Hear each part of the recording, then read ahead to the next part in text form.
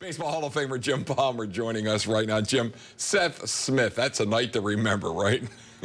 Well, I mean, I think there's a whole night to remember. You needed to win this game. You put almost 20 hits on the board. You put 11 runs. You're trailing 3-1. Seth Smith, I always, when I look at guys, and I've seen him, for the last 4 or 5 years since he came to the American League, you're going, how would you try to get this guy out? Well, it would be difficult because he makes you throw strikes. Now, the first time he gets an infield hit, and they're playing the defense, so he beats the throw. So there's hit number one. Then he takes a breaking ball back up the middle. Then he takes a fastball in a hitter's count the other way for a double. A couple of guys score, so you're back in the game.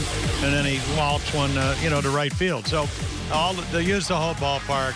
He doesn't get himself out. The toughest guys to get out, they don't have to be the guys that hit 30, 35 home runs, 40 home runs. They're the guys that make you throw strikes. He knows who he is, as he mentioned in the interview. And you know what? He's a better outfielder than I thought, and he also runs the bases well. So high on percentage guy. The Orioles, any team can use that.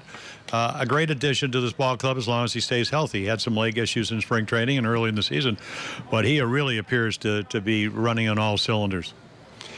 Jimmy, Tyler Wilson, a little bit of a slow start in that game today, but I think he finished up pretty well. We put a couple runs on the board for him, helped him relax a little bit.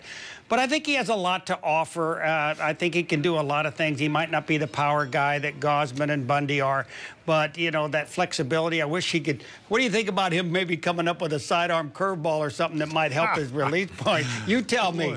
Well, I don't know about that. I mean, his overhand curveball, that's the Pedroia home run, but he came back the next time and got him out with a good one. So, but again, if you look at his numbers, you needed somebody that came up. Buck always talks about, I play guys that play well in that ballpark. Well, his best game he's ever pitched in the big leagues was, the 16th of June last year. So, it wasn't quite as good, but he did not let the fact that the Orioles, they got one run, and they were very good at bats in the first inning. One like he's getting hammered. The only ball he really hit hard was the hanging curveball to Pedroia, and we know what a good hitter he is. But, Ramirez served one into right field. Bogaerts, the best two-strike hitter in baseball the last 2 years with 180-some two-strike hits, served it in there, and then the Orioles got the rundown play, and Chris Davis kind of ignored Ramirez coming all the way to home. So you're down 2-0.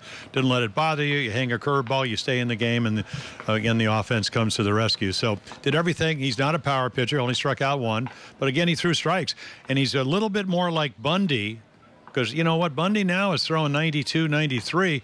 Tyler was throwing 91, 92 all night long, made a lot of great pitches, and Rick, as well as I, it's much more comfortable to throw strikes when you get a lead, and the Orioles provided that for him tonight. Well, Jim, as always, we appreciate your comments. Look forward to chatting with you in the not-too-distant future. Baseball Hall of Famer Jim Palmer in the MASN broadcast booth at Fenway Park.